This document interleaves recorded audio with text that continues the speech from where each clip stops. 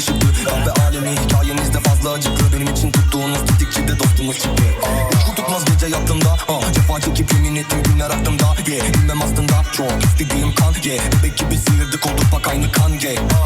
Düğüm ve bunu senden asla saklamam. Anlattığın sokaklarda bir kerelik rastlasak tamam. Fazla akrabam, tank sanki arabam. Fizik olur 5 adam, ben asla böyle yaşamam. Yaşayamam, hayatınız yalan. Korku dolu her andan böyle yaşayamam. Oysa sen çocuktun, polise laf uçuttun. Ben bunu başaramam, sizinle duramam. Yarram.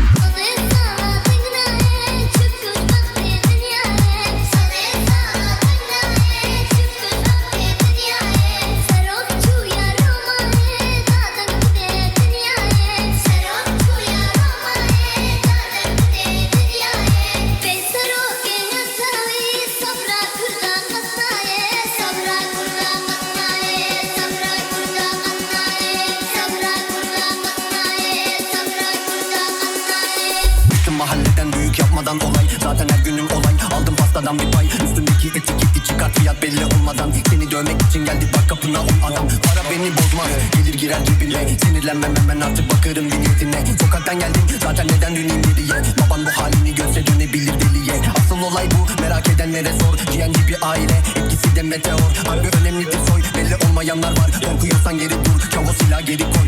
34 ve sarı mahallede metadon. 8 köşe limon gibi damlamıyor neden o. Bu hastalık ve hastalık rekor. Emanetin kanlı değil senin evinde dekor.